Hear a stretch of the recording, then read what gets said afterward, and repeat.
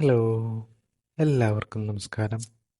ഇന്നത്തെ പ്രധാന ന്യൂസുകളിലേക്ക് പോകാം. മ്യൂച്വൽ ഫണ്ടുകൾ വഴി പേയ്മെന്റ് നടത്താൻ UPI പുതിയ ഫീച്ചർ ലോഞ്ച് ചെയ്തു.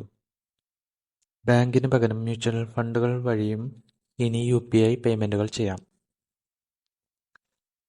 ലിക്വിഡ് മ്യൂച്വൽ ഫണ്ടുകൾ ഉള്ളവർക്കാണ് ഇത് സാധ്യമാകുക. ICICI പ്രൊഡൻഷ്യൽ മ്യൂച്വൽ ഫണ്ടും ബജാജ് ഫിൻസർവ് AMCയും ക്യൂരി മണിയുമായി ചേർന്ന് ഈ ഫീച്ചേഴ്സ് ലോഞ്ച് ചെയ്തു. ഭാവിയിൽ എല്ലാ ലിക്വിഡ് മ്യൂച്വൽ ഫണ്ടുകളും ഈ ഫീച്ചർ ലഭ്യമാക്കും. കിറ്റെക്സ് ഗാർമെന്റ്സ് ലിമിറ്റഡ് ഇന്ന് 15% ഉയർന്നു. കൂടാതെ KPR മിൽസ്, ട്രൈഡന്റ് തുടങ്ങി ടെക്സ്റ്റൈൽസ് സ്റ്റോക്കുകൾ 5% ഉയർന്നു.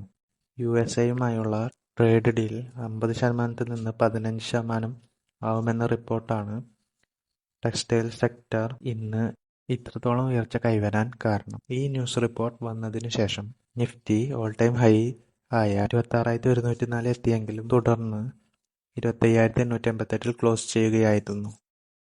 പുതിയ റിപ്പോർട്ടുകൾ പ്രകാരം ഇൻഫോസിസ് 18,000 കോടി രൂപയുടെ ബൈബാക്ക് പ്രഖ്യാപിച്ചിരുന്നു.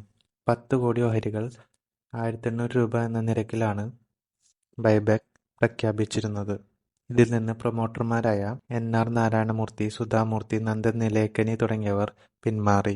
ഇത് റീട്ടെയിൽ നിക്ഷേപകർക്ക് കൂടുതൽ ഓഹരികൾ വിൽക്കാൻ അവസരം നൽകുന്നു. നികുതിയിലെ മാറ്റങ്ങൾ, പ്രൊമോട്ടർ ഹോൾഡിംഗിലെ ചേഞ്ച്, റിട്ടെയിലേഴ്സിന്റെ കോൺഫിഡൻസ് തുടങ്ങിയ കാരണങ്ങളാണ് പ്രൊമോട്ടേഴ്സ് ഇതിൽ നിന്ന് പിന്മാറാൻ കാരണം. ഇത് 2017 ശേഷം നടത്തുന്ന 4ാമത്തെ ബൈബാക്കും ഏറ്റവും വലിയ ബൈബാക്കുമാണ്.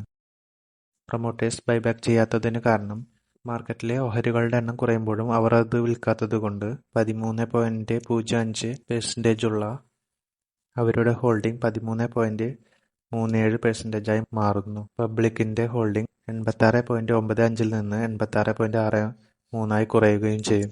പ്രൊമോട്ടേഴ്സിന്റെ ഈ പ്രഖ്യാപനം മൂലം റീട്ടെയിലേഴ്സിന്റെ കോൺഫിഡൻസ് വർദ്ധിക്കുകയും 4% ഉയരുകയും ചെയ്തു. ഗോൾഡ് 6% ഇടിവിന് ശേഷം 2% ഉയർന്നു.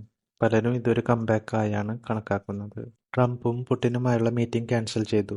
പുടിൻ നെഗോസിയേഷന് സഹകരിക്കുന്നില്ല എന്നാണ് ട്രംപിന്റെ ഇപ്പോഴത്തെ പുതിയ ആരോപണം. ഇതോടെ റഷ്യ ഉക്രൈനു മേലെ ശക്തമായ ആക്രമണം നടത്തി. പകരം ട്രംപ് റഷ്യയുടെ ഓയിൽ കമ്പനികൾക്കുമേൽ സാങ്ഷൻ ഏർപ്പെടുത്തി. സാങ്ഷന് യൂറോപ്യൻ യൂണിയനും പിന്തുണ നൽകി. ഇത് ഗോൾഡിന്റെ തിരിച്ചുവരവിന് കാരണമായേക്കാം. 6% ഇടിഞ്ഞ ഗോൾഡ് 2%ഓളം ഉയർന്നു. മോദിയും ട്രംപുമായി ഏഷ്യാൻ സമ്മിറ്റിൽ നടക്കുന്ന മീറ്റിംഗ് നടന്നേക്കില്ല. ഏഷ്യാൻ സമ്മിറ്റിലേക്ക് മോദിക്ക് പകരം ജയശങ്കർ ആണ് പോകുന്നത്. മോദി വെർച്വൽ മീറ്റിംഗിലാണ് പങ്കെടുക്കുന്നത്.